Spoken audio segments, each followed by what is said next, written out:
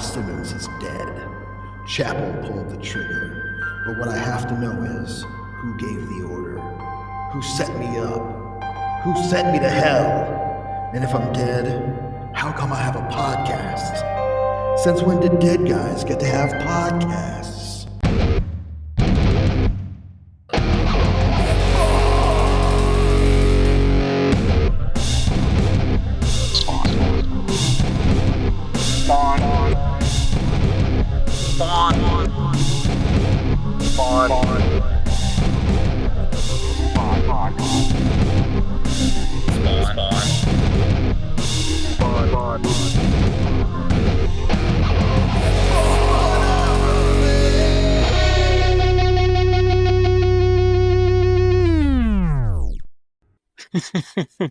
Hello, everybody, and welcome to another episode of Spawnography.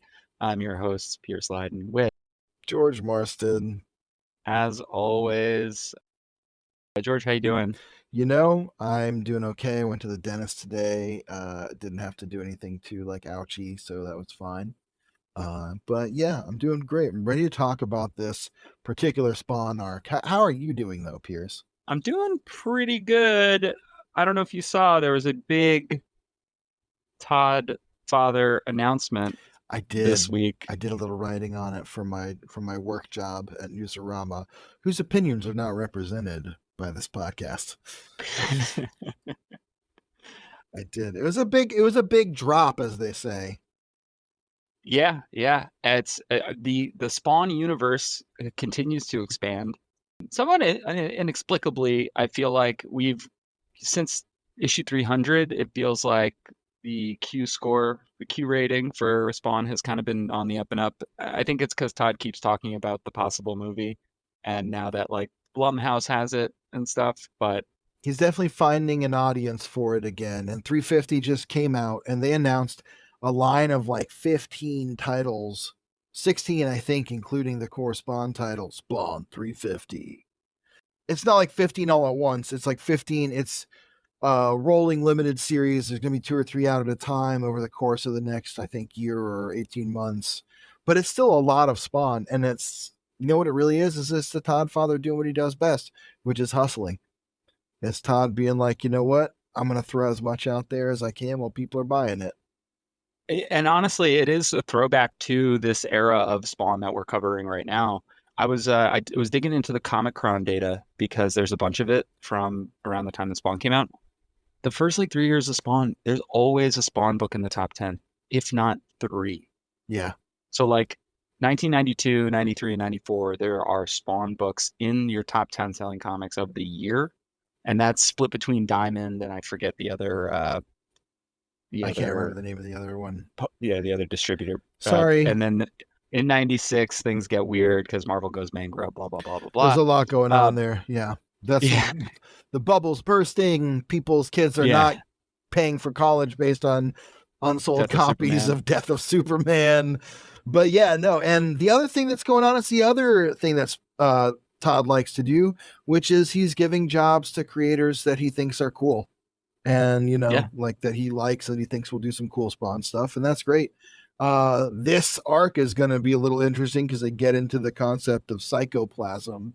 And I think that plays into one of the titles they announced. They made a new hell spawn, a living hell spawn, by injecting him with psychoplasm or necroplasm or one of the 5 plasms that make up the human body's, systems. That's bile, plasm, psychoplasm, necroplasm. Well, why are we spreading medieval misinformation, Pierce? We're in a time of pandemics. Speaking of which, we will get into some wizard stuff, though, because we are talking about the inimitable Grant Morrison. Yes, absolutely. I'm very excited. As you know, Grant is my favorite comic book writer by a pretty large margin. Grant at this time has recently been abducted by aliens, as the legend has it. I think that's going to be very relevant in this comic for a lot of reasons that we'll get into. Pierce, we're going to talk about John Keel tonight. We're going to talk about the Eighth Tower. We're going to talk about the psychic theory of aliens. We're going to talk about some high strangeness esoterica. As you know, I have an Alan Moore face and a Grant Morrison gender. So I'm well versed in the ways of comic book magic. And we'll get into that a little bit because honestly, this art kind of fucks. Yeah, it's awesome. So here, let me do the yeah, let's do the credits before we do the forget. credits. Let's roll the credits on this one. Spawn number 16. We're covering number 16, 17, and 18 today. So Image Comics presents Spawn number 16, Reflections, Part 1. Story by Grant Morrison. Pencils by Greg Capullo. Inks by Dan Panosian and Art to Bear. Letters and editor Tom Orzechowski. Colors by Steve Oliff and Oleoptics. Oleoptics is Tracy Anderson, Kathy Annis, Teeny Wolf, Patty Stratton, Jordan, Kirk Mobert, Abel Mountain, Leah Rude, Marie Rude, Mo Sampson, Quinn Suplee, Robin Robertson, and William Zindel. And Director of Creative Development, Terry Fitzgerald. Graphics Coordinator, Julia Simmons. And this one is in memory of Max Gaines. Do you know who Max Gaines is, George? Vaguely, but we were discussing it before, and you had some interesting facts about him. Max Gaines, in 1933, Gaines devised, I'm reading this from Wikipedia, everybody, you can look it up yourself.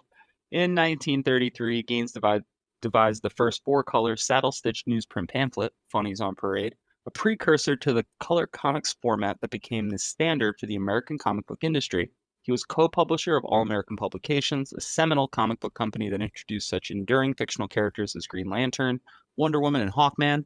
He went on to found Educational Comics, producing the series Picture Stories from the Bible. He authored one of the earliest essays on comic books, a 1942 pamphlet entitled Narrative Illustration, The Story of Comics. He died in 1947, and his son, Bill Gaines, took over Educational Comics and transformed the company, which has recently made a comeback as EC Comics, a pioneer of horror, science fiction, and satirical comics. So, yes, I definitely know who Bill Gaines is. And of course, it's very interesting. And, that era of EC Comics and a lot of the superhero comics that were going on at the time led directly to one of the early moral panics around comic books, thanks to Dr. Frederick Wortham and his book, The Seduction of the Innocent. Everybody knows this. This is old hat. A fun fact about Frederick Wortham is he was also the state criminal psychiatrist for the state of New York in the early part of the 20th century. And he was the psychiatrist who interviewed and analyzed infamous murderer Albert Fish. So I think perhaps some of the horrors that he encountered while interviewing truly one of the most depraved minds of all time perhaps fed into his own moral panic around seeing some similar fantasies depicted in those comics years later. Yeah, it's a very interesting. I will say that the 30s through the 50s is an era of comics that I'm not super familiar with, as they are pre-superhero for the most part, not counting the few superheroes that are around in that time. But I have recently been interested in digging into that more, and I started reading Pulp Empire, The Secret History of Comic Book Imperialism by Paul S. Hirsch. And it's just all about the 40s and 50s and how like everything that was going on within comics is just a microcosm of things going on in the world at large. Mm-hmm.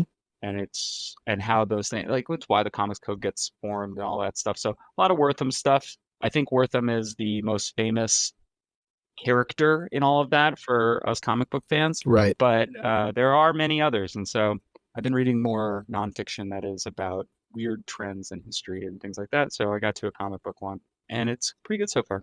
It's a nice tome as well. It's a really nicely printed book. So Spawn number 16. So this is the first time that we're getting an issue that is not plotted or written in any way by Todd, as far as we know from the credits, and is not drawn or inked by Todd either, which is kind of awesome. It's interesting. Yeah, I think it shows the potential that the character has in other hands, not just from, and Capullo does kind of a good Todd impression because he knows there's a few things he's really got to hit. Yeah. He manages to do like the structure and the layouts in a very like McFarlane-y way for these issues. Yeah, absolutely. So we open this issue with some voiceover where somebody's talking to Major Vale, and we see like a town. Obviously, there's a chapel in the front, in the foreground. It says, "I call it Simmonsville private joke." So for a second, I thought when I was reading it first, I thought he said, "I call it Simmonsville private joke." But yeah, it is funny to say also while we're talking about structuring and layout and everything, doesn't open on a splash page, one of the rare Spawn issues so far that hasn't. does Stylistic not, choice that is not Todd McFarlane's and is Greg Capullo's, I can assume. but it does lead right into a very Todd splash. So we get a couple of army guys who are, walking through this town. Something's kind of coming up from the ground. It's two of the Fleabiac brothers. I'm not sure if it's Vacillator and Vominator or which ones. But Simmonsville, according to the officer there, is their own very little piece of hell on earth. And that's going to be interesting because Simmonsville is not named that by accident. Right. So yeah, we get a big sideways kind of double page splash, that's what I meant when I said there's a really big Todd influence here. Another sideways splash. Yeah. Where he loves the sideways splash. We saw it all the way back in issue 1 of Spawn, where he's like, this is how I could do the most, take up the most space and make this moment really impactful. And we haven't seen these Fleabiac brothers yet. So the fact that they're like, we saw a glimpse of them in one issue, just like the little shapes of their faces way back when they were first explained in number 8. But so far we've only seen Violator, really.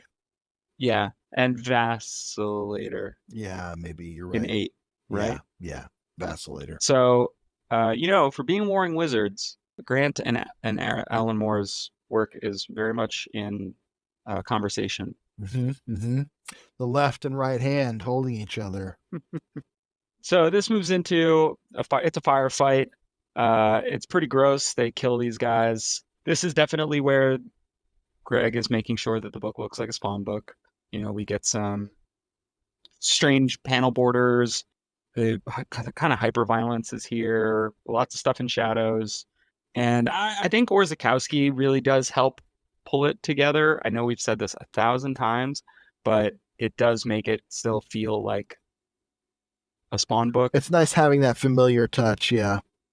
Yeah, I just also picked up some of Todd's Spider-Man, and reading through that, I was kind of struck by how odd it was to see his art without Tom's lettering. Right.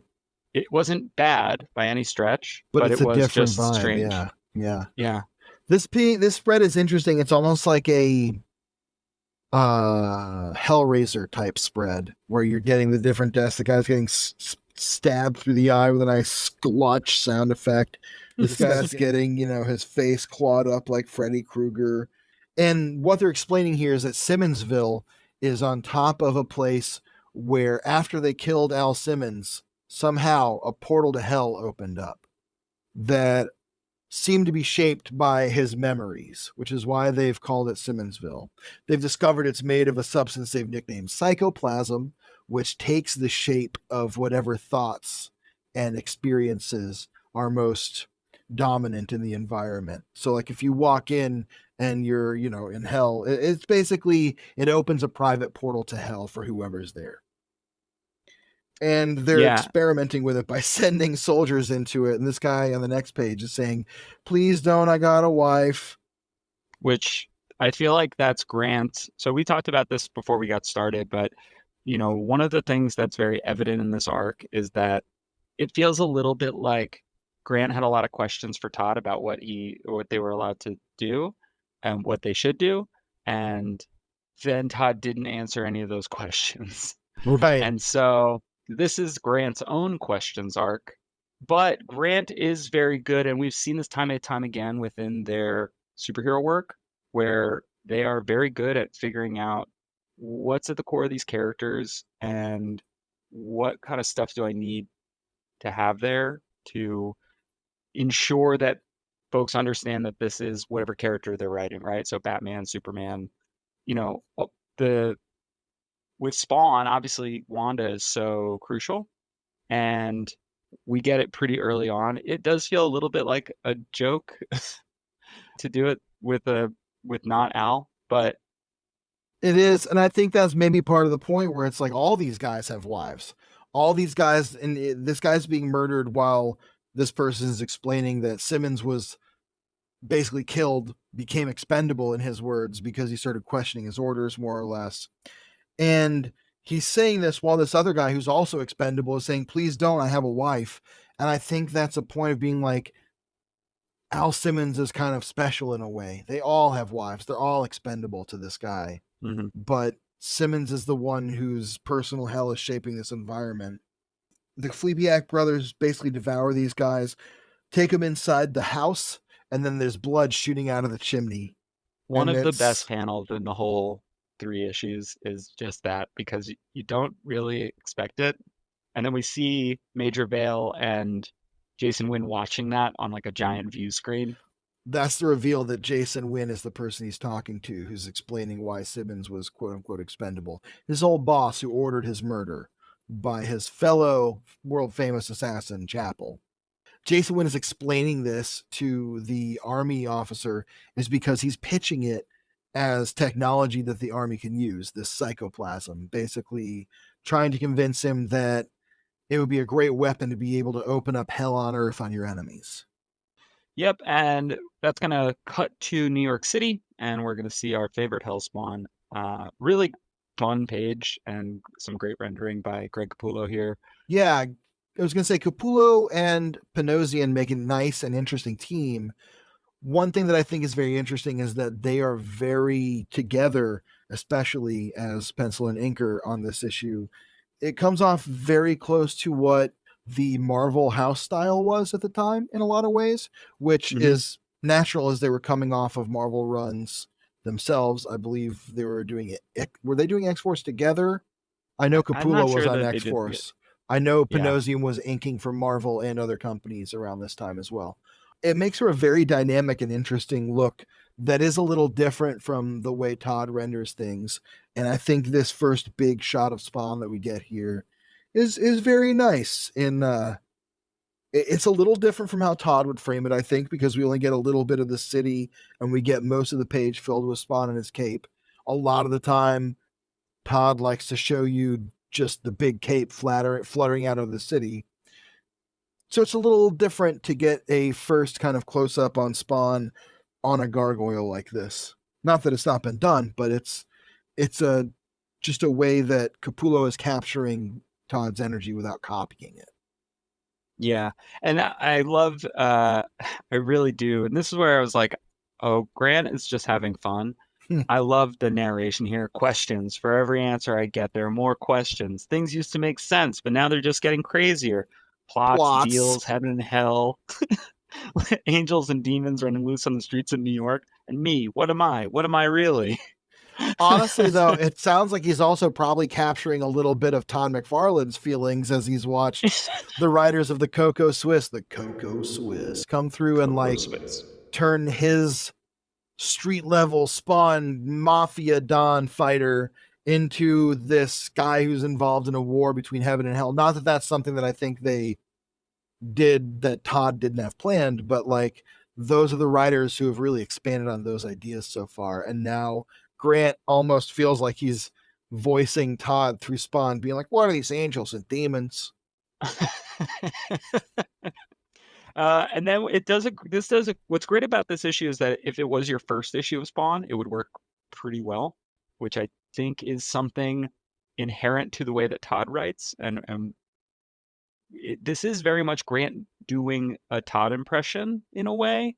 Yeah, with the recap and basically going back over what we know so far of Spawn's deal as he's about to throw a few wrinkles in it. They are about to throw a few wrinkles in it. I just want to say, I believe Grant's wife said that they are cool with any pronouns as long as it's acknowledged that they are in fact non-binary.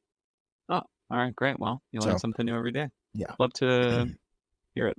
Just want to respect that and make sure it's clear that we do absolutely know who they are. Absolutely. I love this Who Sent Me to Hell page. I love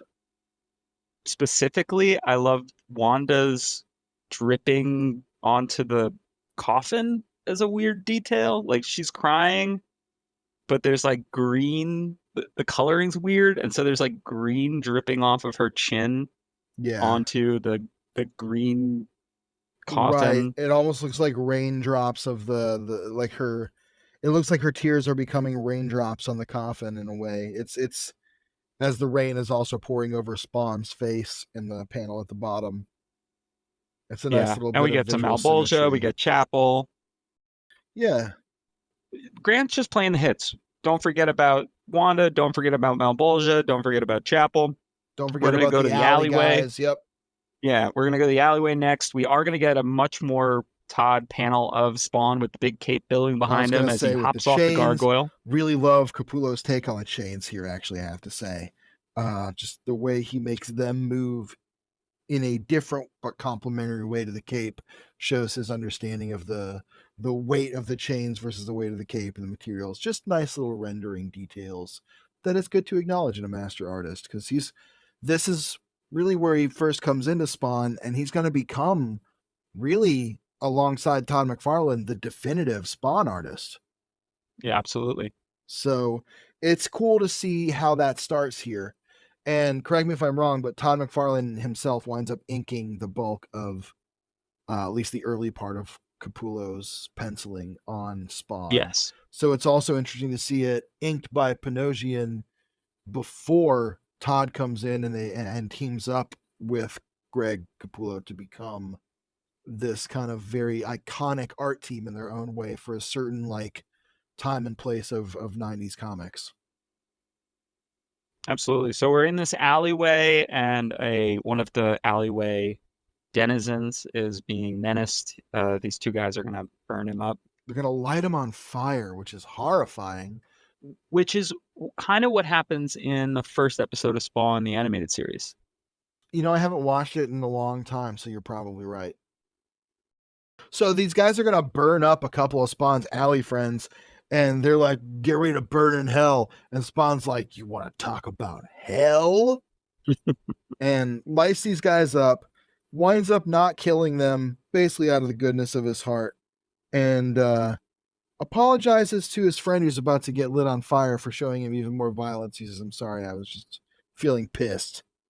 And it says, if anyone comes looking for me, tell them I've gone to dig up an old friend. And so that's what's about to happen next is something that was alluded to in the big opening monologue at the start. One of the questions that Al Simmons now has as Hellspawn is, if he's here in a body as a dead man, since when does a dead man get a body? Who's buried in his grave? Right. And so he goes to pull a Cyborg and Flash and dig up the corpse of a superhero. Or were they pulling an Al Simmons? Maybe they were. Yeah. That's a good point, Pierce. This is just Grant and the Spawn universe establishing a trope. That's right. So before that happens, we get a nice cut back to the corporation that is Lesbian Angel Corporation. Yeah, right? Lesbian Angel Corporation, which just what a dream. This is where things get really interesting and esoteric. So I'm going to go off on my little tangent here and just keep it brief as I can and explain why this is core Grant Morrison as comic book wizard, why this is so important to what becomes of this part of the Spawn mythology, and let that color how we see some of what happens next. So this corporate Angel Lesbian Corporation says they've been approved by their higher ups, literally higher ups. You can assume it's the divine side of the fight with the Malbolgia, to create their own warrior to take on Spawn. He defeated Angela the Angel, so they get to make their own basically holy version of a Hellspawn. So to do that, they send word up to their space station. Now here's where things get really Tom DeLonge, Angels and Airwaves, I'm going to talk a little bit about John Keel. John Keel wrote the Mothman Prophecies. He wrote a bunch of other books about modern esoteric thought. one of the important ones being the Eighth Tower. Now, this isn't the only work on the topic I'm going to reference, but it's one of the ones that I have appreciated most, and I think it's one of the formative ones in the genre. And there are a few other guys. I don't want to get too deep in this, but the premise of this concept, the psychic alien concept, basically, is that all psychic phenomena, be it fairies, angels, aliens, ghosts, are products of one sort of psychic entity manifesting itself on Earth in relation to the being that's perceiving it. Very similar to psychoplasm in a way. It's something that there is a modern popular theory of UFOs, the non-nuts and bolts theory, which is the idea that there's alien guys from another planet in a ship flying around, is that this is a psychic manifestation of thought beings that are manifesting from another dimension into our reality in a way that we perceive as aliens. Many people have experienced alien encounters, be they, it's not really right to say abduction so much anymore, but fourth kind experiences, that sort of thing. I'm rambling a little bit. I'm trying to boil it down. This would be relevant to Grant because after writing Arkham Asylum, this is like the legend. Yes. But they talk about it in Super Gods, their book. Yes. After writing Arkham Asylum and that book doing gangbusters in 1990, and they have a ton of money now, they they don't retire, but they like stop writing comics for like a little bit and they go on a trip. Do they go to Kathmandu? Is that what it is? I think you're right. I think that's what it is. And they claim that they had an alien encounter. I won't say abducted by aliens, but they had an alien encounter. An experience, as many people prefer. I don't know what they prefer, but. And so for this to be sort of top of mind, it's not so far after that, is kind of fun. It's also interesting that he's directly connecting the idea of these angels who are divine beings on Earth with this space station, and connecting this thought of angels as beings that are also aliens, that are also perhaps related to this psychoplasm. It's creating this second layer of mythos to the Spawn concept that adds this layer of high strangeness, this layer of the idea that's presented in the Eighth Tower, I think in the early 80s, late 70s. I could be totally way off on that. Might be the same. Anyway. The Eighth Tower, that they're all one form of psychic entity that we're only perceiving the way that they are. And so I think it's interesting that Alan Moore explores mythos down, right? Does more hell stuff, and Grant goes up. It is interesting, and it does also kind of sort of play into a lot of the more modern esotericism that I think Grant has maybe been attracted to through chaos magic and some of the concepts presented in Super Gods and a lot of their other work. Whereas Alan Moore is very much into kind of classical esoterica that is very focused on ritualistic magic, rites and practices that are passed down, whereas Grant's chaos magic theories and other topics that they've discussed are more based on the idea of sort of finding the celestial and being in conversation with it. The way I always think of it is rules versus vibes.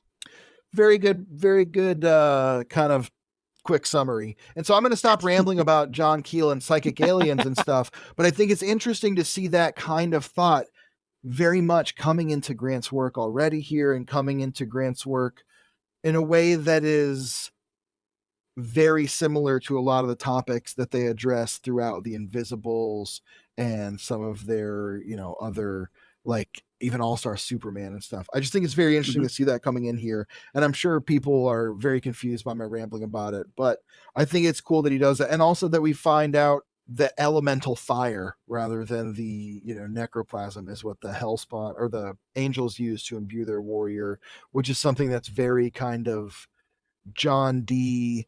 angelic Enochian magic. elemental angelic magic.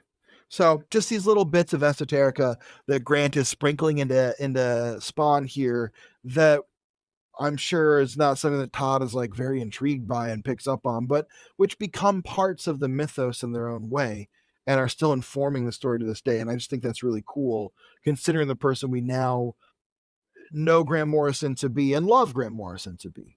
And so these space station angels are talking. They now are allowed to empower a human agent to destroy the Hellspawn.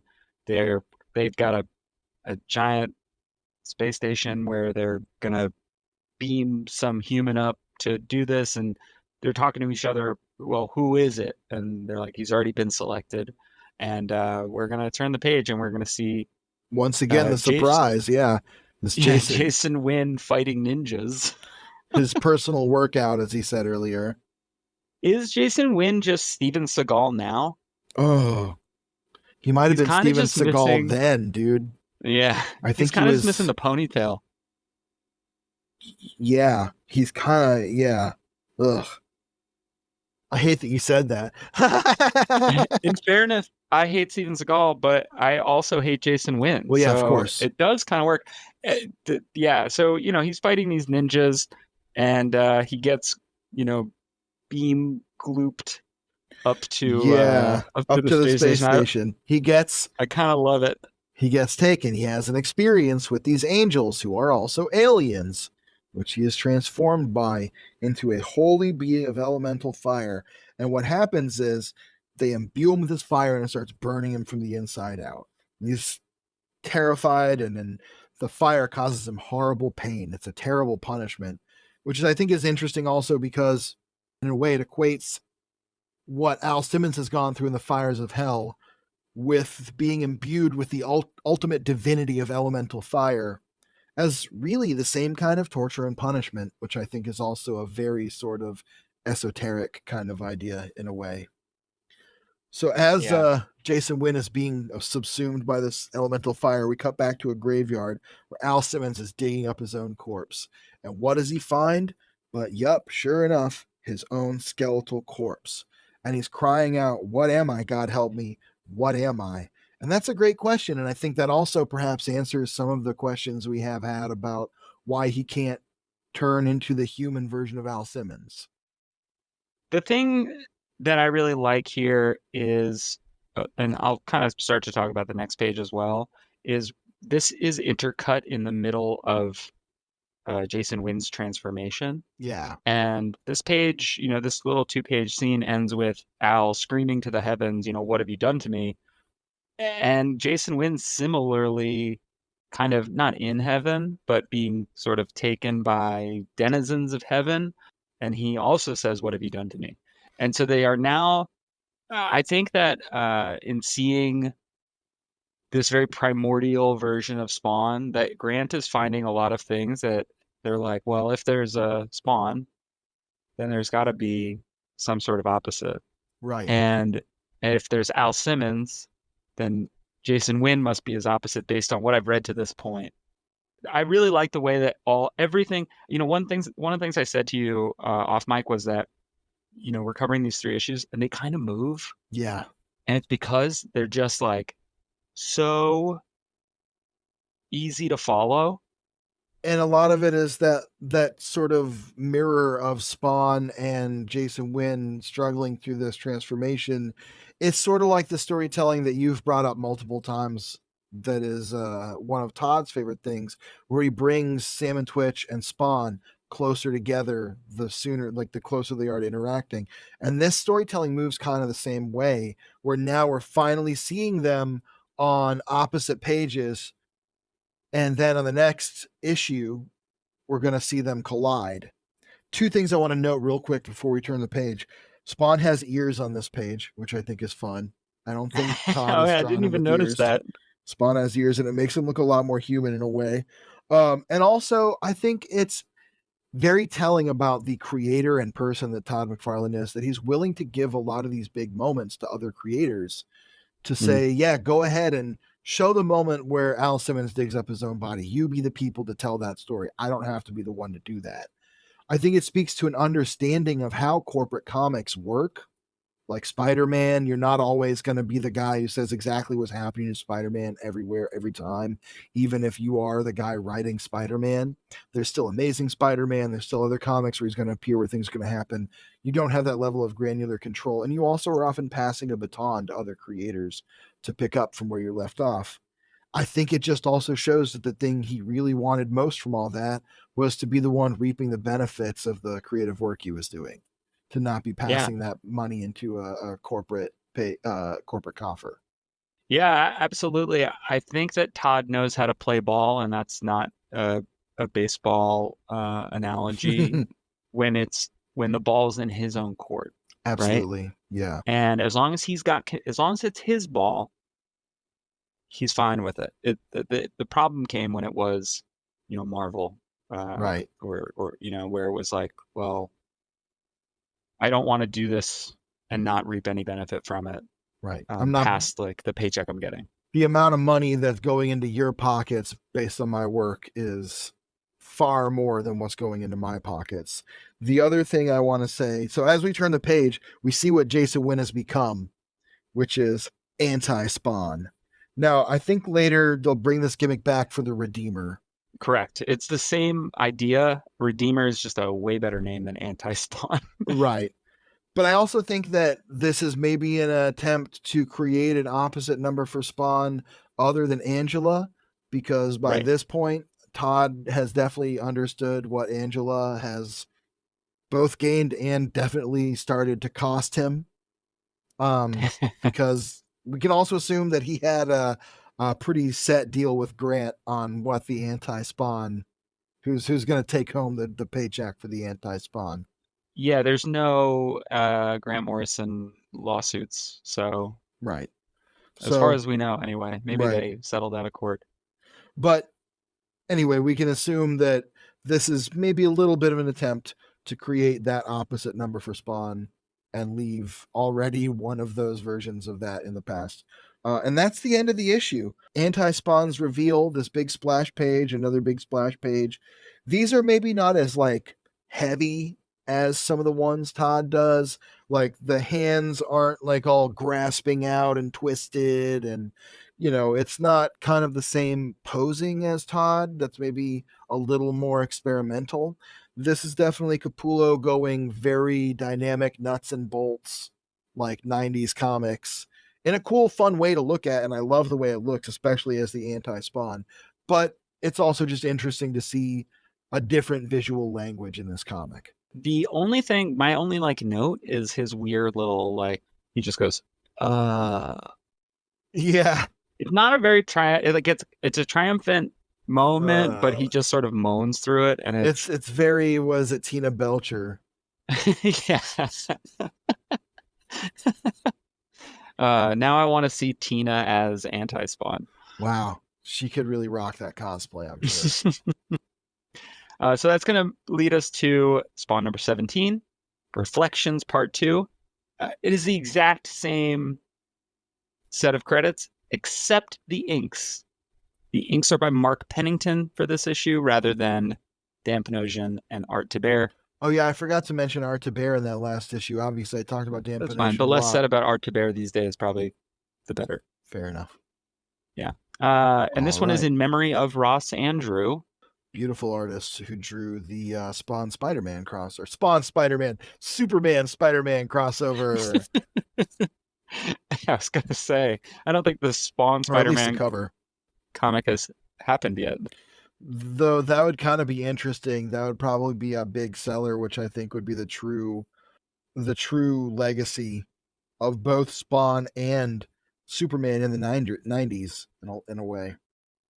So we open with Somewhere in Time, but Grant has to grant it up. So we're not just somewhere in time. We're doing a little bit more. Somewhere in time, there is laughter, the mocking, mirthless laughter of the bad god, the Malbolgia, as he surveys his work and declares it good, as he gazes down upon the man he condemned to an unliving hell, his creature, his knight of the pit.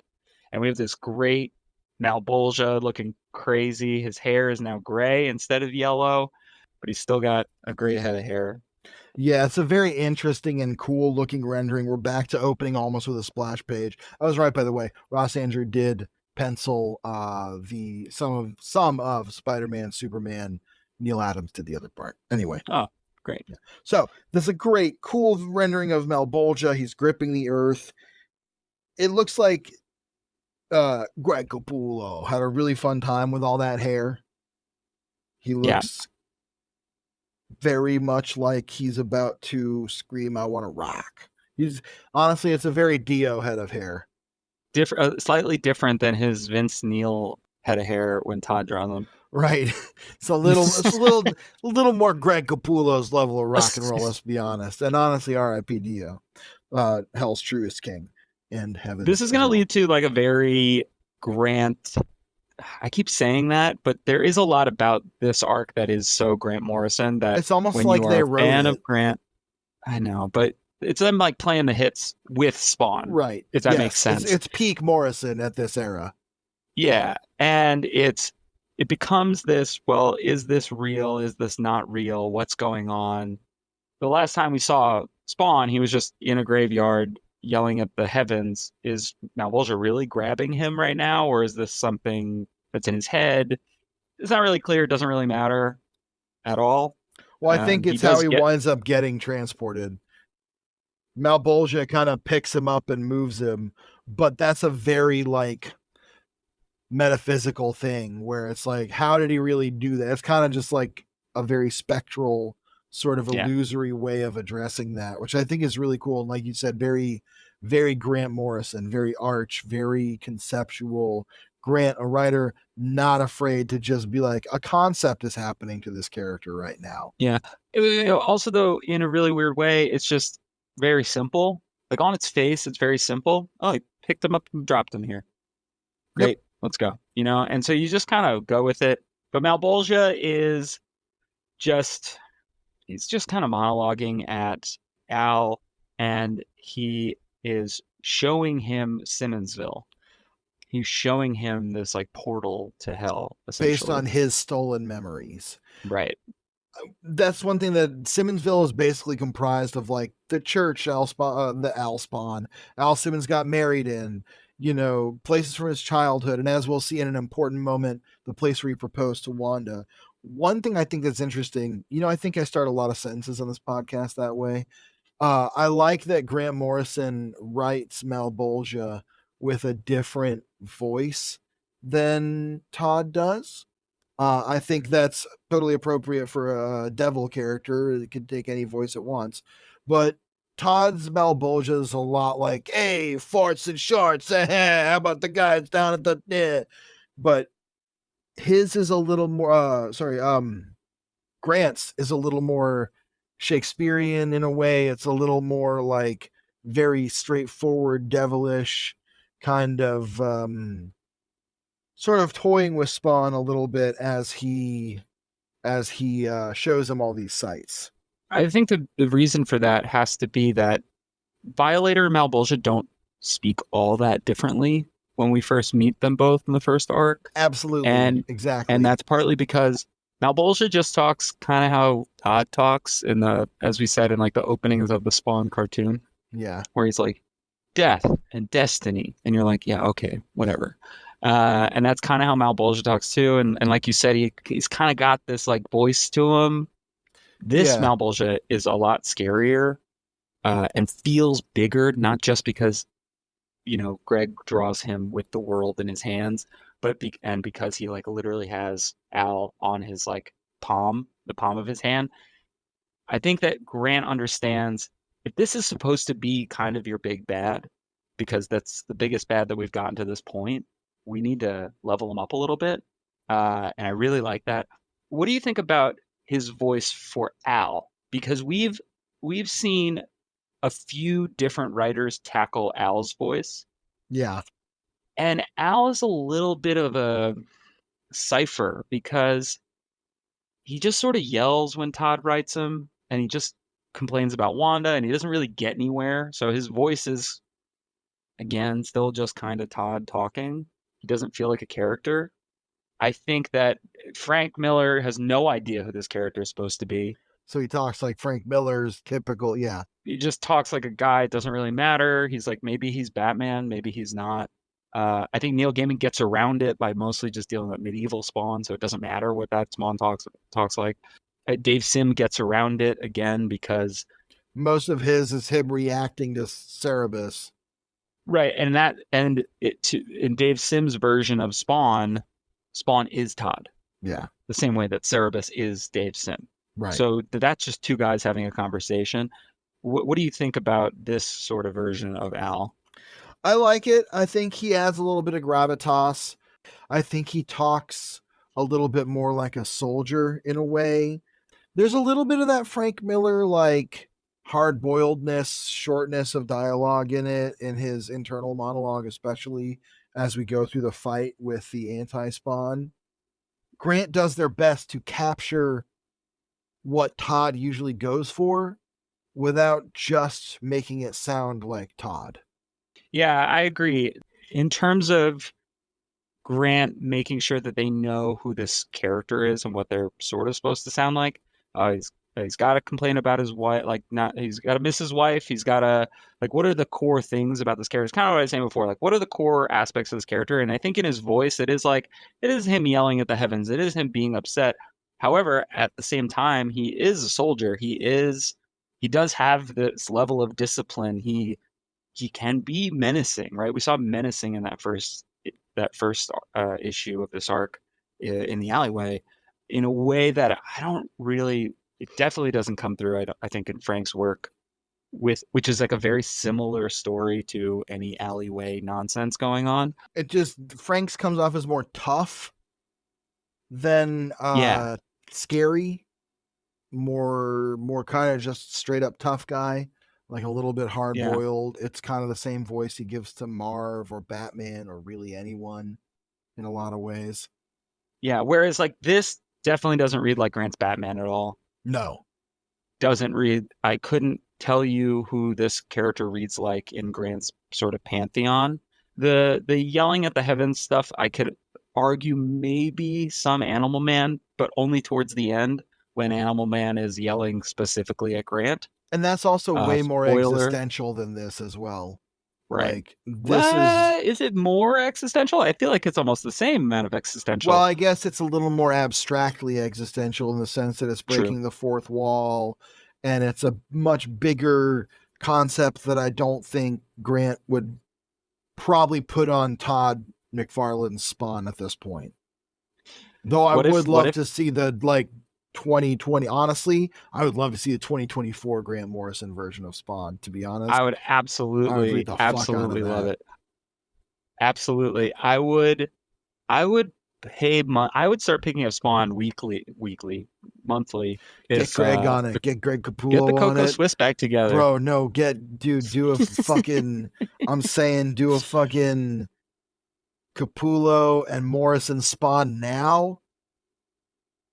It would be pretty sick. That would slap. Anyway, who do you get to ink Capullo though? Because right now it's like Danny Miki all the way, and I don't think I love Miki's. I think actually one of the things that I really like about the art here, and I'll give it to Mark Pennington, and I'll give it to Art Thibert and Stan Panosian in the first issue, and I believe Mark Pennington does 18 as well.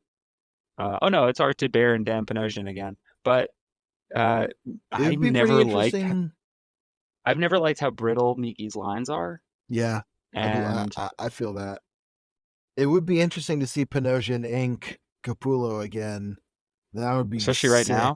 Yeah, the stuff Panosian's been posting a lot lately has looked really, really good too. I've always loved Dan Panosian's art. He's a great artist. So it's a great artist. Yeah. Did the comics that of the X-Men comics that appear in Logan?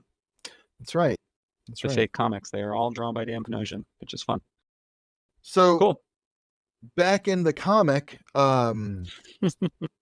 Spawn's been dropped off in Simmonsville. The angels laugh the cold laughter of angels, as Grant puts it here. I love it. Love Grant's prose as always. Even when you can't tell what the fuck is going on, Grant's prose is at least really nice, confusing the shit out of you.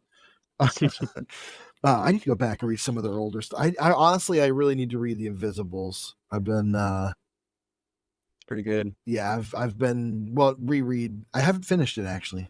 I read chunks of it when I was younger. I need to go back and dig into the whole thing. That'd probably be a worthwhile endeavor.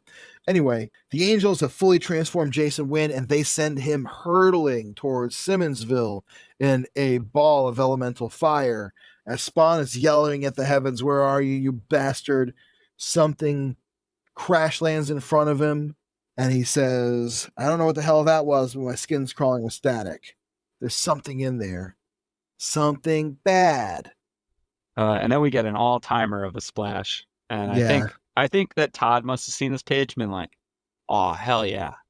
That's a ripper. I mean, that one's really good. Honestly, like, of all the splash pages, and there are several that Capullo does throughout these 3 issues, of course, because this is a splash heavy comic. This one of Anti-Spawn might be my favorite Anti-Spawn, like, just big splash page. Hellspawn, I've come for you, and his fist is all lit up. This is another one you'd see repeated a lot in Wizard and stuff like that. The funniest thing about the Anti-Spawn design is his buckle, which is literally just the Spawn logo. Spawn Busters, who you're going to call. Yeah. The circle with the line through it over the Spawn logo. Which, I mean, I love. It's classic comics. Also very Grant Morrison in a way. They've always had that sort of Silver Age panache where they're like, I'm not going to do a Grant Morrison Scottish accent, where they're like, put a symbol on it that makes it very clear what the intent of the character might be. That's exactly what Grant Morrison sounds like. Yes. Yeah, I love this splash. And I was already pretty on board for Grant just doing Spawn in my first read through. When I got here, I was like, oh, here we go. Let's go. Yeah. We do see the return of 2 of the talking heads, not all 3 of them. Question for you, does Grant hate queer people? I'm sure they do. I'm sure non-binary Grant Morrison.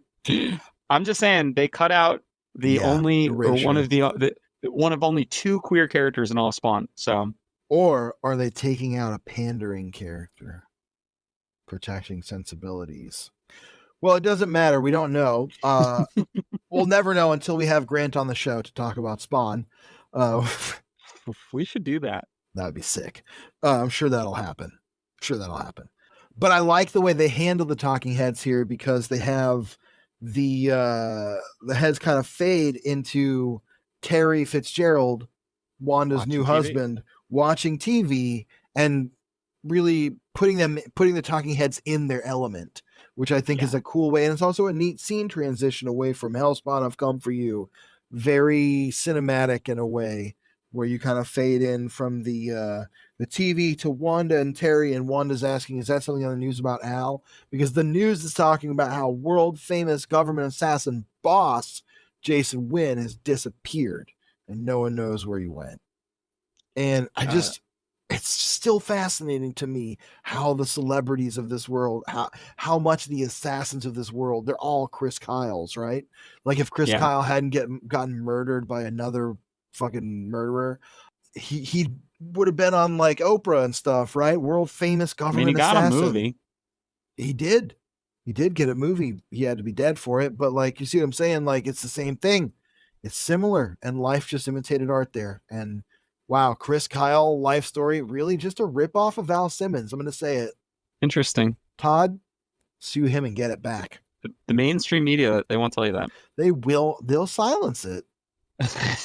They'll silence you if you try to talk about how Chris Kyle just ripped off Todd McFarlane. That's right. One of the things I really like about Greg's art, saying that. One of the things I really like about Greg's art is that, for the most part, Wanda and Terry dress like normal people. Yeah, they still have Wanda in a nightie at some point, which that's just what she wears to bed. They are going to bed. Consistency. In fairness, they're going to bed. But here, at least, and also, this is an interesting top. She's like rocking. I like it. But it's not bad. She looks cool. No, it's fashionable. I mean, like, it looks like Greg Capullo looked in a magazine of like, what does a woman wear, and drew it in a way that is fine. And I also really like the way he renders Terry Fitzgerald.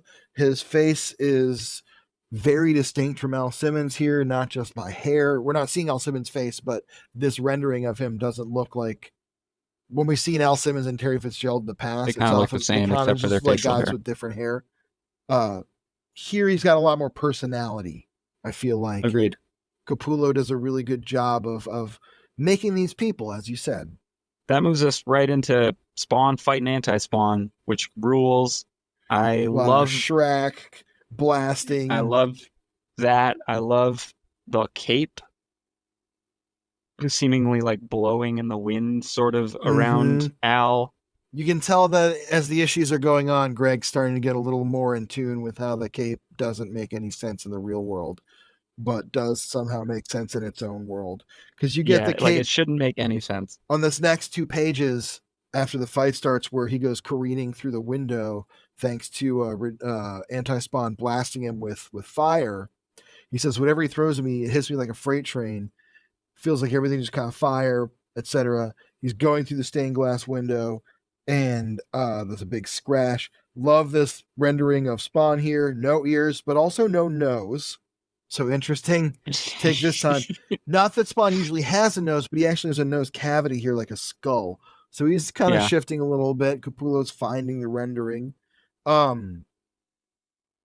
I like that the cape is also a big part of the storytelling here. The next page, it's like kind of fluttering as he's falling down. Capullo's really getting the hang of using it to convey motion, and then you see it wrapped around Spawn protectively as these demons in this church decide they want to steal his costume. Love the weird demons, and I love the reminder that like Simmonsville is fake. Simmonsville is hell.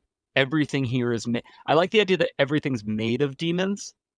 It's not that just the demons are there. The stuff you're looking at is like made of demons. And it can become a demon at any time. So he falls into the church. All these demons manifest. They're going to take his clothes. And then Anti-Spawn, almost say Redeemer every time. Anti-Spawn busts in and says, stand away from him. He's mine. Filth. Do you hear me? He's mine. I love how Anti-Spawn's cape is very ordered. It's not flapping. It's flowing in the wind, but it's just a normal cape. It's crested like around his body. It's like Superman's cape. It's not Spawn's cape that has a life and mind of its own. And I like that Greg Capullo picks up on that in the depiction of these two characters and in the depiction of making them opposites. Redeemer, I just did it now too. Anti-Spawn. I like that he's just firing away at Al. The demons are... He blasts the demons into dust, and they all go, they're burning at his divine elemental fire. And then he says, now you sell Spawn, I'll make you scream. And then we cut away to Major Vale looking at what's going on, and he's just like, what the hell's happening? I love the demon perched kind of over their shoulder, but I guess it's not, right? No, it's not over the... I mean, it looks like that, but it is on the view screen. It is on the view screen, though. It's nice framing. Yeah, it's great. And they're watching Simmonsville basically be torn apart by Spawn and Anti-Spawn. Now, on this next page, Spawn is face down, ass up. He is... he is absolutely twisted, like he's coming home drunk with a bunch of swords. And I mean, this is a great rendering of him being all, kicked to shit by the Anti-Spawn. But it is funny how much it looks like the kind of posing that they usually give for like female characters. Black Widow or something, especially in the 90s. He's eating dirt too. He's like literally got his teeth in the dirt. And he's very mad that he missed with his abilities. We got another moment where, as the Anti-Spawn is about to blast him again, Spawn's like, gotta get out of here. Uses his powers, no power meter to note, uses his powers to teleport back to the alley. And as he teleports, we get another Spawnologue, coining that now, a Spawnologue, about how the teleportation sucks to do. Again, just kind of, if this is your first arc of Spawn ever, you're good. You can jump in here. You're going to learn everything you need to know. It sucks that the power meter's not here. I'm going to say it. I still don't know how it works. Doesn't make any sense. But you want it to be there. But I want it to be there because it was there before. It was there before, and it speaks to a level of rhyme and reason that it doesn't necessarily have. Yeah. But they head back to the alleyways of the Bowery. Spawn is like, get out of here to all of his friends. And Anti-Spawn just shows up. Like, also teleports, and Al's just like, how can he even do that? It sucks when because I it do it. doesn't. Yeah, So how can I he do like the it? way Grant explains it when they say like, "I'm never gonna believe anything I see on Star Trek again. Yeah. Teleportation hurts." uh, And they have again some more nice prose describing it. I want to say on that last panel of the teleportation page again, love the way Greg Capullo renders Anti-Spawn's cape. Now it's big and huge and billowy, but not in the same jagged, gnarly way as Spawn's. Just like the visual language. That's something I love really observing and digging into as we get into these. So I like it also as like he's winning, right? Anti-Spawn's winning the fight, and it's almost like his cape is sort of, and his posing, like he's like amped up. It's great. yeah, And I love how he comes out of he comes out of the teleportation just like punching. Another yes, great, he's swanging. yeah, another great, like there's nowhere to run from death, and he shracks Spawn across the alleyway, and all of his friends dive out of the way. Such a great page. And there's a couple things here that I really love about it. For one thing, I want to say I think something that Capullo really connects with in Anti-Spawn is he's a little more of a straightforward superhero design. Yeah. And I think that dynamic kind of element that Capullo is really used to conveying through his, prominent superhero work of this time is coming through in a way that I really enjoy. And I really love the energy effects of the elemental fire. I love the cape again being blasted back. The other thing I like is on the next page after Spawn gets blasted, his cape is wounded. His costume, he says, my costume's alive, and he's wounded it. And the cape is dripping onto Spawn's face. It's just such a cool effect. I mean, it's a little like the way that we saw Wanda crying into the tears, like tears in rain. It feels like, again, Grant is ending stuff that they already saw in the book. They were like, oh, the thing's alive? Well, what happens if it gets hurt? Well, when it gets hurt, when things get hurt, they bleed. And I just love that it's like melting. It's just so cool. It's such a cool effect. And I think it's rendered in a fairly straightforward way, but I love that it's like dripping onto Spawn's face. That's something Todd McFarlane would definitely draw. He loves to draw his characters interacting with themselves in like very eccentric and off-kilter ways. For a second, I thought on the panel next to that, the Anti-Spawn was giving him the finger, but he's pointing at him in a like macho man Randy Savage kind of way. Yeah, if I kill you, the angels will let me rest. Cutting a real promo on Spawn. But then Spawn's like, angels, what's he talking about? And it's like, Spawn, you did meet an angel. Yeah. Spawn may not know that's not a dream. We're still not exactly clear on how that fits into the continuity. That's a good point. One thing I will note for posterity's sake, because we kind of breezed through it a little bit, when we meet the angels previously in the scene where they're in the corporate office, they say that they know that this Hellspawn is special. Right. He's like stronger than the ones they've met before. Kind of the implication that that's somehow how and why he survived Angela's lance, which would normally have obliterated another Hellspawn. So yeah, he's kind of getting blasted again. I love we turn the page. He's getting shrizzed this time. And it's a big blast out of Anti-Spawn's face. That's so sick. It rules. That rips. And like Capullo nails the posing again with his fist tucked in. It's a very Cyclops-esque kind of pose. Yeah. In a very cool way. Listeners, if you're not going to read this issue, Anti-Spawn is he's just Spawn, but he's covered in crosses. He looks like Bible Man. He looks like the edgy reboot of Bible Man. Like if they gave Bible Man some spikes, that's what he looks like. And it honestly works really well. I have to assume that Greg Capullo or maybe Todd McFarlane or maybe even Grant Morrison or maybe all three of them had a hand in designing it. Grant being an artist who has often provided some designs for work they've done. I'd be very curious to see the margins of the script. Right. I would love to know more about who designed Anti-Spawn because it really works. I mean, just crosses instead of skulls, and he's like purple and gold and white. Hell yeah. Just kind of kicks ass in a way that is very comic booky that I love, and like the way you want to see like someone named Anti-Spawn look like the Anti-Spawn. So Al's just getting his ass kicked and get a hole punched through him. I love that panel. I love on the next page, we get the close up of Anti-Spawn's face, and we see that the cross on his face is metallic and that it's the got reflection a rendered in it. reflection. And Spawn's kind of in the reflection, like we can see his cape. So the implication, I guess, is that he's getting away. He's like moving away. He's like, well, he's laying there eating shit in the ground after getting blasted. Yeah. This page with the Shriz is a very X-Men kind of page, and that rendering is almost a very John Romita Jr. kind of rendering, where he's getting the hole punched through him, like that big square cross-shaped hole. But yeah, Spawn's laying in the dirt again, and he's saying, I'm heaven. Anti-Spawn is saying, I'm heaven's hunter, heaven's harrier, and you're just prey. And he's summoning a big energy blade of that elemental fire. It's the focus totality of his heavenly powers. Yeah. You get another great splash page on the next page. Time's up, hell, Spawn. Honestly, that last splash maybe should have been the cover. It's sick. It would have been a great cover. It's really good.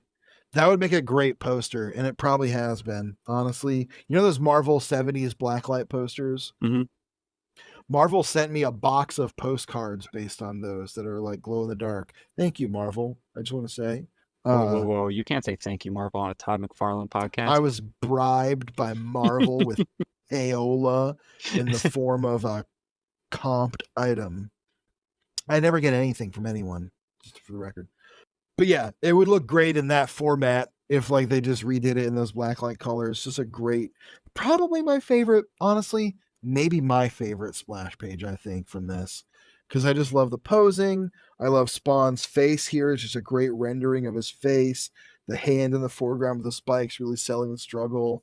And the energy blade, kind of raised up in the background. Also, one other note about the Anti-Spawn's costume, instead of having chains flying everywhere, he's got one chain that hangs orderly from just his epaulets there.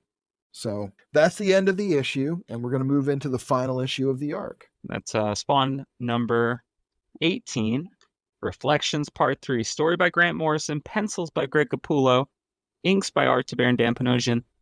Interesting change in one of the credits. To this point, we have been crediting, with the exception of Terry Fitzgerald being credited as an editor, we've been crediting Tom Warzakowski as the editor. Here, he is credited as copy editor and letterer, Tom Warzakowski. Now, does that mean that he just did his job as a letterer and made sure like the spelling mistakes were fixed? Is that what that means? And that nobody's editing the book? Or is Terry Fitzgerald still editing the book? I think Terry is still editing it. Todd may be editing it for these issues because he's not drawing it. Maybe. It's unclear. It's unclear, and it's also that makes it unclear if previous issues were edited or copy edited. Right. So I don't know, just a weird little thing. Just want to give Tom Warzakowski all the credit in the world for making Spawn look great for so long here. Always a star of the book. If you don't appreciate lettering in comics, learn how, because it's a beautiful art. Colors by Steve Olive and Ollie Optics. Ollie Optics is Tracy Anderson, Kathy Ennis, Teeny Wolf, Patty Stratton Jordan, Kirk Mobert, Abel Mountain, Leah Rude, Marie Rude, Mo Sampson, Quincy Play, Robin Robertson, and William Zindel. Director of Creative Development, Terry Fitzgerald. Graphics Coordinator, Julia Simmons. We open with a pretty wordy page in the alleyway. Is there a dedication in this one? Oh, there is. It's dedicated to Dick Ayers. Dick Ayers. Dick Ayers, for those who don't know, a long-time Jack Kirby inker. Beautiful. I would say that's probably what he's most known for, yes? Yeah, I believe so. I'm sure he Fantastic Four and whatnot. Many other artists.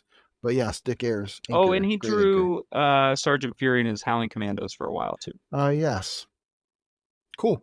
And co-created Ghost Rider. Forgot about that. Yeah. Wow, Dick Ayers did so much. Yeah. Shout out to Dick dedication. Ayers. Yeah. Great dedication. Weirdly, I guess Ghost Rider maybe one of slightly has things in common with this. So I'd read the Spawn Ghost Rider crossover. Yeah, that'd be sick. There's a lot of things that we've said tonight that would be sick, and I stand by all of it. I'm gonna say that publicly right now. Anything I said tonight that would be fucking sick.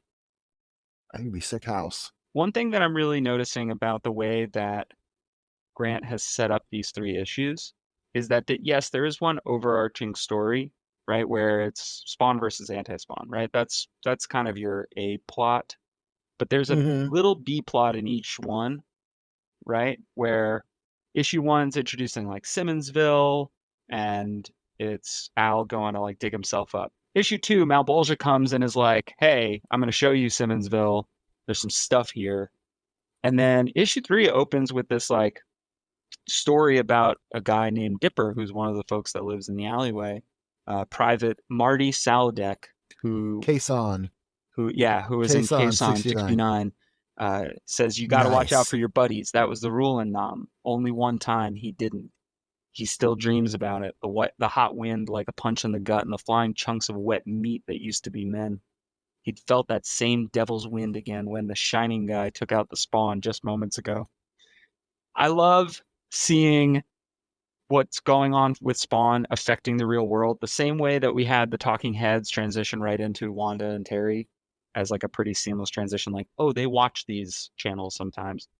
The folks here getting a little bit more characterization that I like a little bit more than Todd's like Jurassic farts stuff. There is a little bit of, I mean, I think there was even maybe a fart joke in the first issue that we kind of just breezed over. Hank, that was a fart joke. There's a little bit of that in Grant's script as well. I got to start doing names so I don't get confused myself. But you're right. And it is more of that parallel of this guy having basically a Vietnam flashback and seeing Spawn get his ass blasted apart by the anti-Spawn. And he goes, "It ain't right. We should just stand here. It just ain't right." And he runs and he conks the anti-Spawn on the head with a piece of pipe. We do get another angle of the splash page. Right before that, we get another angle of the splash page from the last issue with Anti-Spawn standing over like Spawn with his big knife out. Yeah. And it rules. It yeah, rules it is again. Great. These are some thick thighs on these boys here. Like, Anti-Spawn has not been skipping leg day at all. Like, that is meat on those bones. Is boys. that because of Jason Wynn, or is that because of the Angels? Honestly, given what we saw Jason Wynn doing, Jason Wynn is he's kind of thick boy summer. It's true. He's looking good. He's got a dad bod with muscle, sort of a Kingpin kind of guy. Yeah. Which we like to see. We like that. And so, yes, he's about to stab Spawn. And as that's happening, we see Private Marty Sladek run up and bash Anti-Spawn in the back of the head. And he goes, "What the fuck?" And he calls him filth and he says, "I'll burn your eyes out." And all the alley guys stand up and say, "No, I'm Spartacus. Spawn's my pal. If you want to kill him, you got to go through us." As the anti-Spawn is saying, "You don't know who you're facing. I'll tear you apart." Spawn says, "That's enough, bud. That's enough, bud. These people are under my protection." That's enough, bud, being a very Todd McFarlane line. That's like, true. Yeah. That is a very Todd kind of like, "That's enough, bud." And he says, "These people are under my protection." Got that? And he uppercuts him with a big crew. And then as the anti-Spawn goes to blast him with a big shrack, Spawn says, Spawn moves. It says, "My costume howls" as he tags him with another blast. Gotta move in fast. I can't afford to let him gain the advantage. It's a pretty great fight scene all the way around. I shouldn't breeze over it so fast. Like you were saying about Anti-Spawn being a little bit more traditional superhero, we definitely get that in the way that he fights with Spawn. We've not really gotten to see any of that kind of thing because nobody's been similar to Spawn in size, right? He's fought Violator, who is big and weird and spindly. He fought Overt Kill, who is just gigantic. And he fought Billy Kincaid, I guess, but that wasn't much of a fight. He fights Angela, but even that's like a little She's weird. Angela, very different. And I'd also say that Neil Gaiman doesn't write great superhero fights. Not really what he's interested in. Yeah. Right. Grant Morrison can write great superhero fights. We've seen it plenty of times. Right. And I think just leans in here knowing like, well, Greg's going to kill this. Yeah. Love the panel of Anti-Spawn leaping in with the blade again. Yep. And then so he leaps in, manages to stab Spawn with a blade, and as Spawn is saying, "Arg, wah," it feels like live wires burning lights in my head. Jesus, don't let me pass out. I like that he begs Jesus here while he's being killed by Captain Christian. And so he sees that anti-Spawn is on the ropes, surprisingly, as Spawn strikes back. And Spawn deduces that maybe he has an energy limit, sort of like Spawn's, and it looks like he's tired himself out by using too much. So Spawn grabs anti-Spawn's head. As he does, anti-Spawn says, "I'll kill you." Anti-Spawn's kneeling on the ground in front of Spawn. Spawn grabs his noggin. From behind him. From behind. Like wrapped around his head. And anti-Spawn says, "I'll kill you." And Spawn says, "Yeah, well, welcome to the real world, bastard," and just like vaporizes his head and punches through the ashes of his skull. It's honestly pretty sick. As much as I'm like, superheroes should be nice guys, Spawn is a monster, really. This is a horror comic, and this is a really cool horror superhero moment, you know? This is just like really cranking back up that level of like shocking, you know, devilish violence with him just punching his head off. And it's also like little kid logic. Like, like on the school, you're like, "I punch your head off." Like, you can't, like, yeah, sure. Yeah, it's a Highlander rule, you know, you take his head. But as we see in the next page, Anti-Spawn isn't dead. He's just like subdued. Leaking. And he's leaking elemental fire. The heavenly elemental fire is leaking out of him, and he's going, "I'll kill you, I'll kill you." And Spawn says, "Tell me about it," and blasts another hole in him.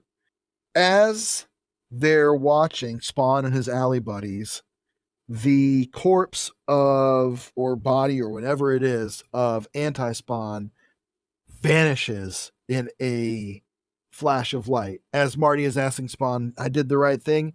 And he says, "You sure did."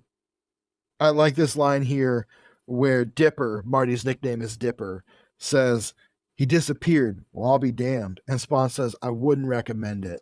Which, another Todd McFarlane dad joke singer, like classic. Love it. Back on the Angel space station, we see that since Jason Wynn failed, he has to get imbued with more elemental fire. And he begs the angels, the alien angels, not to. But they pour it on because he's got to kill Spawn still. They pour it on, and we cut back to the alleyway, and we're going to meet a guy. Unnamed here. Is not named. I forgot to look up what his name is. I believe that this is the beginning of Todd being like, "Ah, shit, I can't use the stuff that Neil Gaiman came up with." So like this should be Cagliostro. But it's the guy who says he's part of Cagliostro's order. Deal, yeah. Who, according to this still unnamed guy, are a sort of third party in the war between heaven and hell who are neutral. And he tells Spawn, "Believe me, you can beat the devil." And gives Spawn his card, which is blank. Spawn notices his blank and says, "What's the deal?" And he says, "When the time comes, we'll be in touch. It's only blank for now." I love that as just like a, "Hey, next writer, Todd," or whoever else. Like you've been pointing out with the questions, Grant even tags that and says, "More questions for another day." And another writer. It's almost that Daredevil tradition of handing the next guy a pile of shit to dig his way out. But in this case, it's just weird esoteric plot hooks. So Spawn says, "Well, whatever, I got something else to do." And he shows up in Simmonsville with a gun. Spawn's favorite power, guns. Yeah, and he's just blowing the hell out of everything. And then Major Vale, who I guess isn't afraid of Spawn, like, it's like, "Hey, what are you doing?" And obviously Al remembers Major Vale. He calls out one of their old missions where someone died. A bunch of people died. And the guy's like, "That's classified. How can you know that?" And the guy says, "How do you know about that? That's a covert operation. Who the hell are you, mister? Answer me. That's an order." And Spawn lifts up one of his guns and says, "Maybe I got sick of taking orders, people like you, Vale. Now I'm giving you an order. drop dead, and he shoots him in the Shoots him through fucking the eye in a pretty graphic scene. I will say that Grant kind of takes this to a level of violence, and Greg, because I don't really think that Todd's art gets violent in the same way, and maybe that's just because he's writing and drawing it that he's able to rein it in. But like the sometimes violence, it gets gross, but like I mean, it gets he's gross. But usually this when is other like, writers are doing it. There was a little bit of that in the Miller yeah, issue where there was like that big spread with body parts laying there and everything. But this, you're right, is a little more of the ultra violence than the Todd father usually likes to get in. yeah. He just mentions that, you know, so Todd kills him seemingly. We don't actually know that he's dead, but I don't really know how you would live You're right. from that. But then he just goes to finish the job. He wants to burn down all of Simmonsville because it reminds him of a life that he no longer has. But, you know, something But catches his there's eye. one thing he decides to save. Yeah, there's one thing he decides to save, and it's the memory of the day he proposed to Wanda out on a lake in the park. And he says, "It's the best thing I ever did, the best day of my life."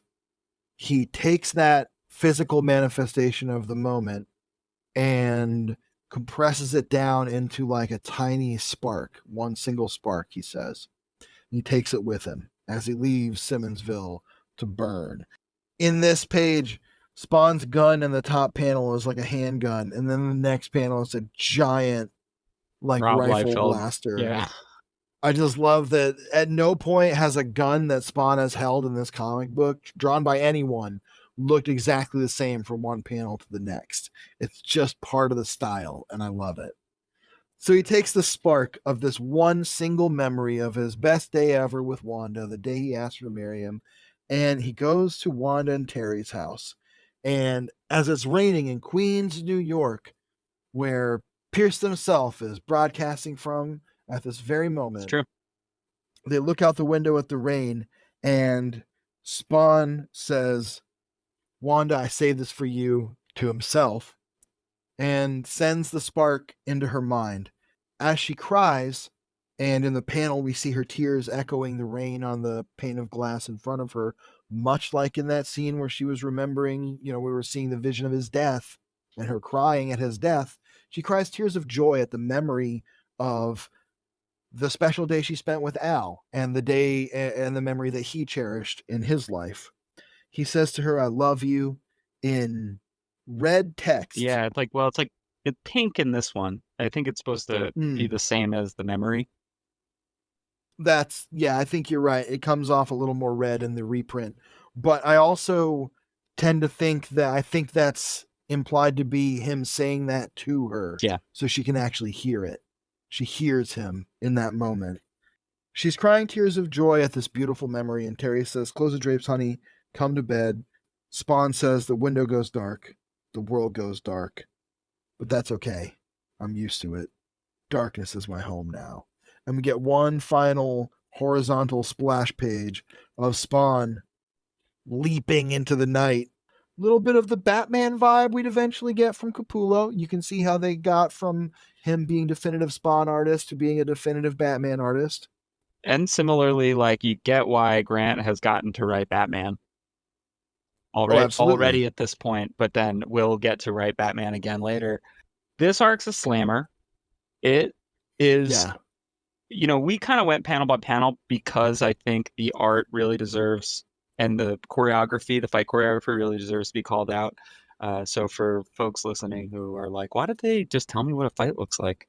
Because it looked cool. So whatever, read the book. I understand that if you read it, then it's boring to you for us to go through it. But, there's a lot of stuff that we noticed. It's also fun for us to talk about the art. Yeah. I like digging into that. I think it's an important part of the critical process with comic books. You really can't and shouldn't talk about comic books without addressing the art and the way it's used to tell the story and the way it interacts with the story and what you get out of it. Yeah, so absolutely. Strap in, motherfuckers. I'm going to dig into a little bit of the back matter. Do you have any last thoughts on this arc before we move forward? It kicks ass. It was a great arc. I think it's everything Todd McFarlane has been trying to get Spawn to be, where it's focused very much on Todd and Wanda and a very like down to earth fight between Spawn and this other guy who's ostensibly a supervillain. while also adding so much to Spawn's story in an interesting and simple way that I think bears out as the title goes on in later years. So agreed on all points. Hell yeah. Hellspawnia? And anyway, I'm not gonna. Hellspawn, and you also get even a little bit of that Grant Morrison esotericism. So yeah, it doesn't feel, we sort of were down on the Frank Miller issue because it was like, oh, okay, cool, you're playing the hits, but in a way that I don't care about. Now maybe that's because I don't think either of us are big Frank Miller fans.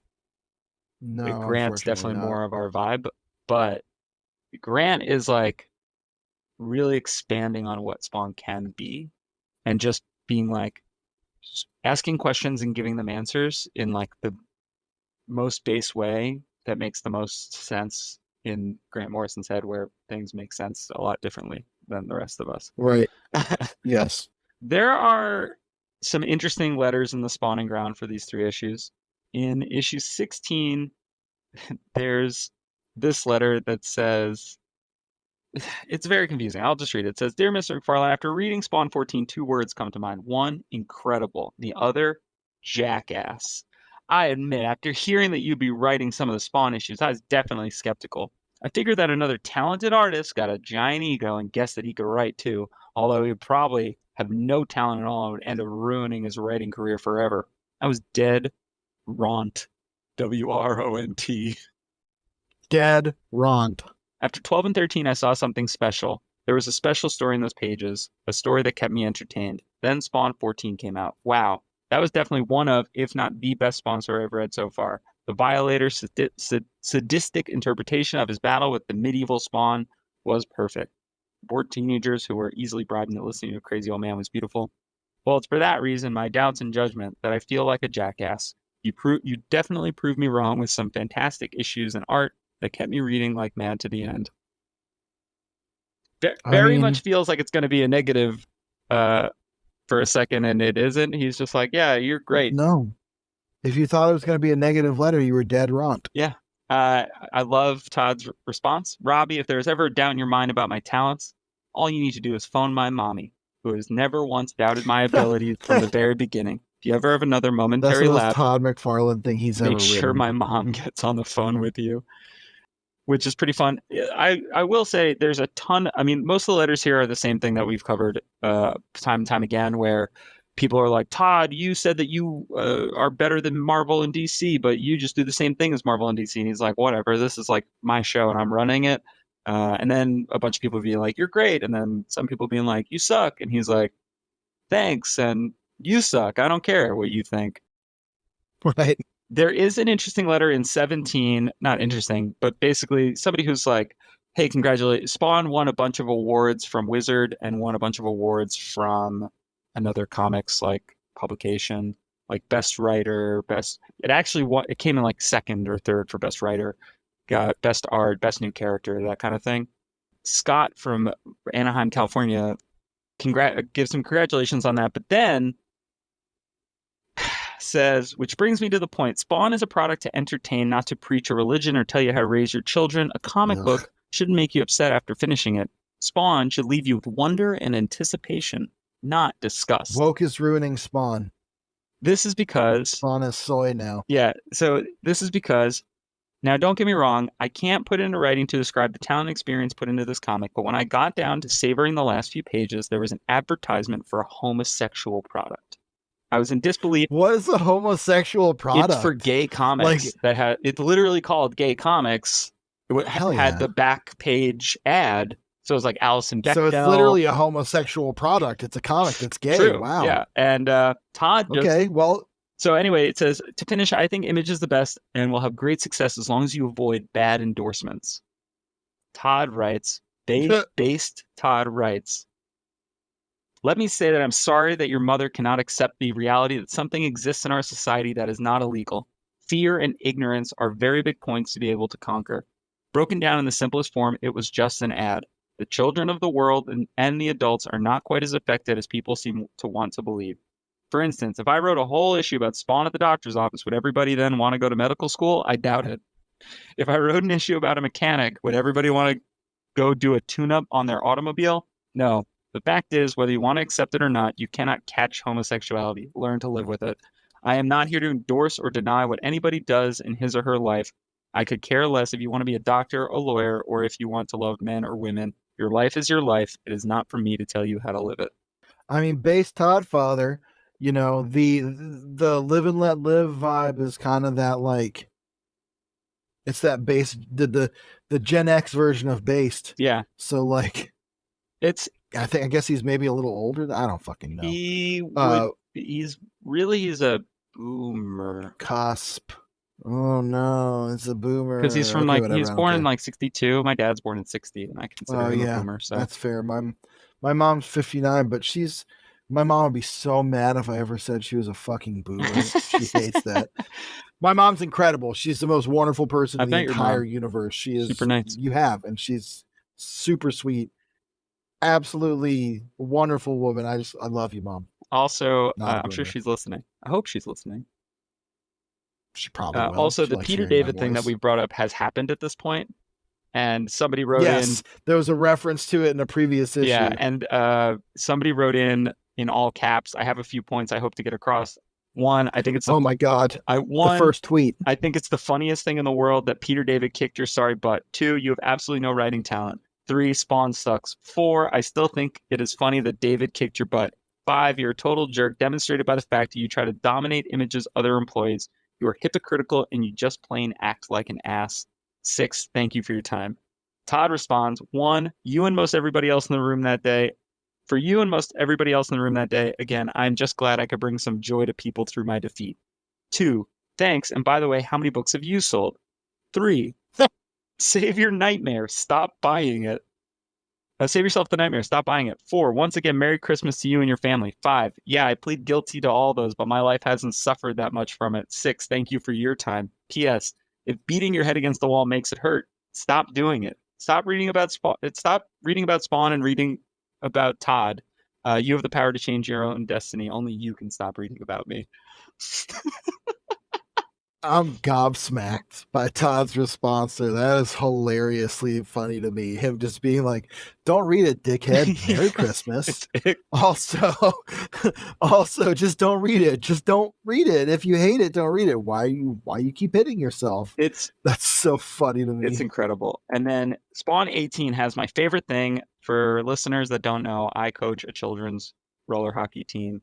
Spawn and Todd sponsored a Mites ice hockey team in Canada, and there's a picture of them with their Spawn logo jerseys.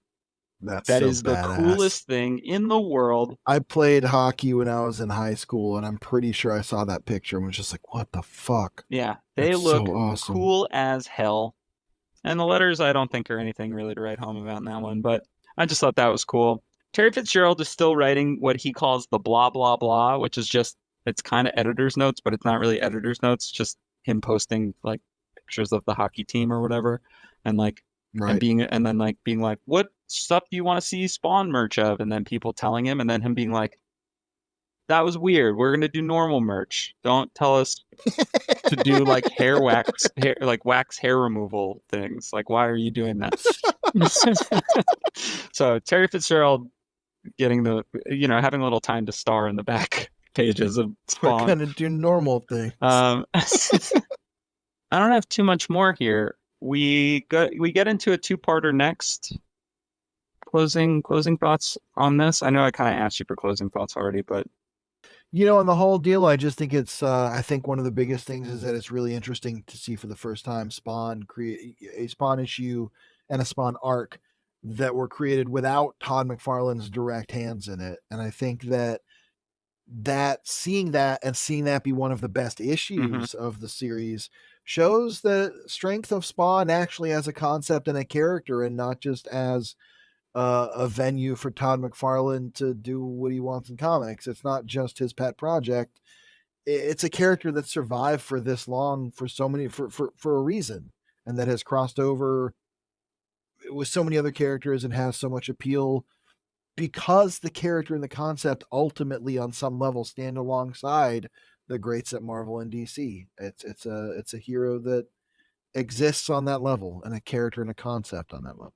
Yeah, and it's fun to see how flexible the character can be in different hands. One thing so the reason Todd's not working on this little set of issues is because of Spawn Batman. He's specifically devoted to drawing Spawn Batman. That means the next thing that is advertised in Spawn 18 is Spawn Batman, not Spawn 19. However, Spawn Batman will get delayed, probably because of Todd drawing slowly. Right. And because he's penciling and inking, I believe, as well. So Spawn 19 is actually what's going to be next. It is another it's a 2-issue arc that is not written by Todd. It is written by Tom Warzikowski and Andrew Grossberg. So that will be Showtime parts 1 and 2. Also drawn by Greg Capullo, which is great. So we'll get to see another creator, one who's less known for writing. I don't know how many Tom Warzikowski written comics I know. Probably just these 2. So maybe that'll be fun. We'll see how it goes. I'm excited. Great. George, where can folks find you? Well, you can find me every rootin' tootin' day on newsarama.com. That's where my writing appears at all times. You can find me on pretty much Blue Sky, maybe Instagram, at Crypt Trash. Yeah, I'm George Morrison, pronouns they, them, or she, her. Cool. You can find me at PE Lightning on I guess I'm on Threads and Blue Sky and Twitter still and whatever. My writing, I haven't really written that much this year, so maybe there's none of it that you can go find. But you can find some older stuff I've done on Games Radar, on Newsarama, and also on Popverse and Comics XF.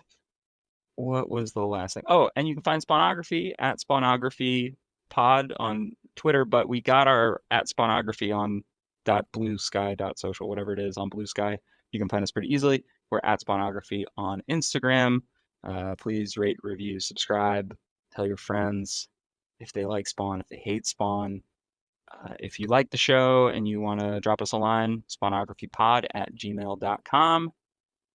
Comments, angry thoughts, you're not funny. If you can send us letters like people sent to Todd McFarlane, we will respond in Todd McFarlane voice. I will respond in kind. If you say something mean, I'll be mean back, and that's a guarantee. And we'll read them all. I will also wish your family a Merry Christmas. Man. Thank you for your time. That's right. Well, for Todd so loved the world, he gave his only begotten Spawn. Thanks for listening. All right. See you later, Hellspawns. Spawn!